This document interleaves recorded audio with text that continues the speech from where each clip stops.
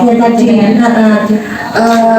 saya tidak memberi peserta didik kesempatan buat menulis tadi. Terus di rencana pembelajaran saya padahal sudah tertulis untuk membaca dari referensi lain. Kan saya kan memberikan sumber baca dari PPT saya, dari sumber lain belum gitu. Jadi itu juga tadi terlewat itu. Itu juga terlewat. Terus apa lagi ya? Ya mungkin itu sih.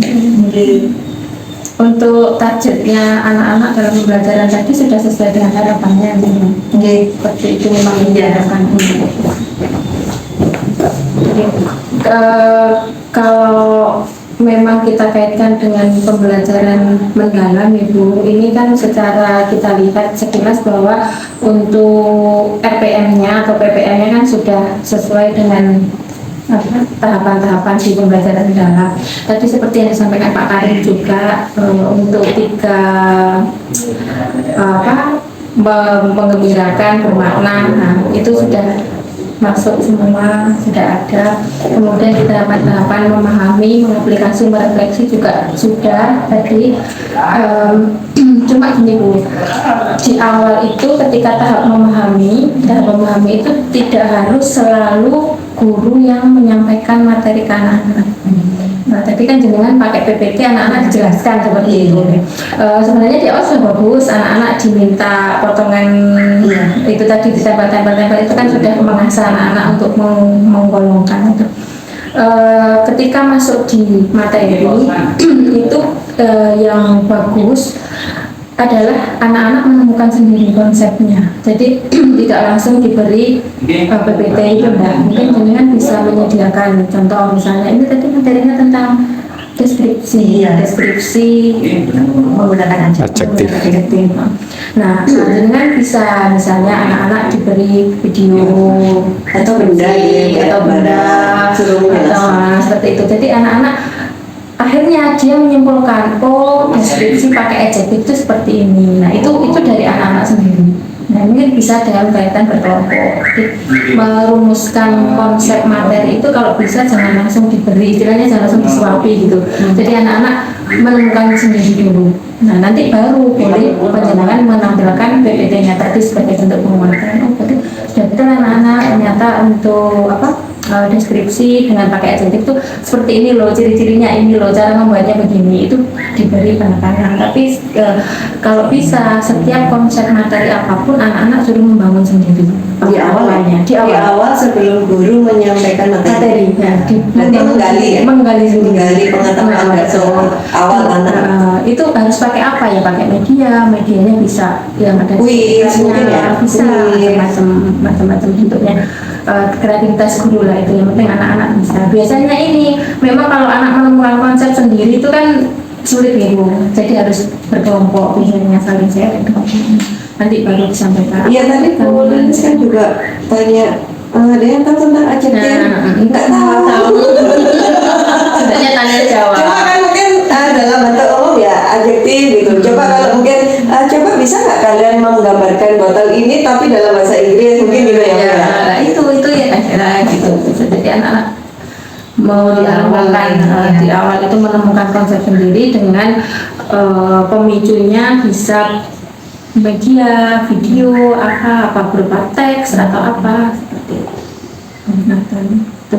Terus juga ini kan belum sampai di tahap goalnya ya Bu, belum sampai di tahap apa istilahnya membuat deskripsi yang alat jurusan. Itu juga bagus Bu kalau deskripsinya alat jurusan, berarti kan kontekstual sesuai dengan jurusannya.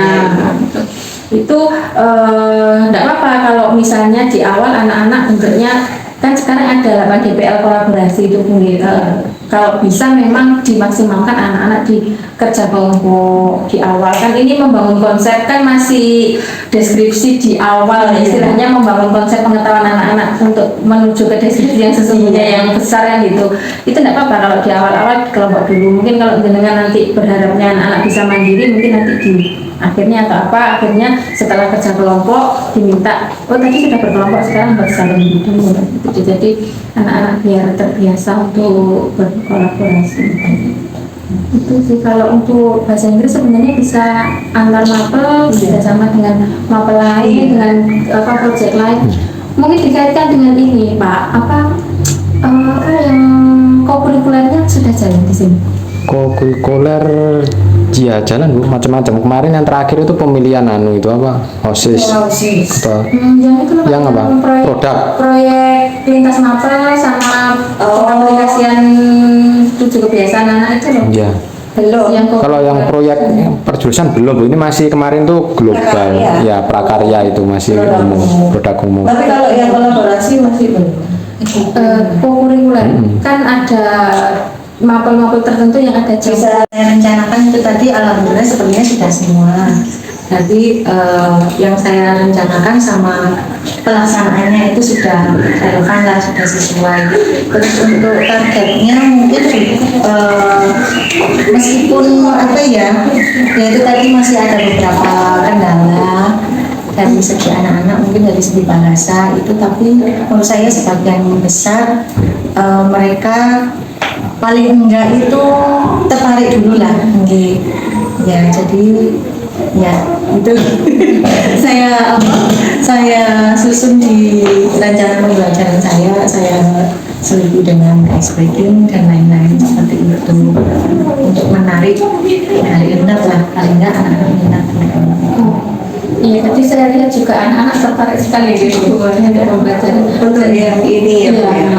Ngapunten Mbak Eri, kan sebelumnya saya sudah survei sama anak-anak ya, saya tanya materi dari semua materi yang kamu istilahnya anggap susah sekali untuk dipahami apa, mayoritas matematika dan bahasa Inggris. Nah ternyata kan ini tadi masuk, anak-anak kok cepat nyantol gitu loh, berarti kan ada ketertarikan mungkin dari gaya penyampaian gitu ya Bu ya. Ini macam-macam kalau untuk anak-anak yang pertama main kulit ya Bu ya. Pertama tadi anak-anak diajak permainan itu kan juga sudah menarik. Iya. Kemudian ice breaking juga, kemudian anak-anak diajak untuk apa tanya jawab secara aktif, nah seperti itu kan juga bisa menjadi salah satu hal yang apa sih menarik bagi anak-anak.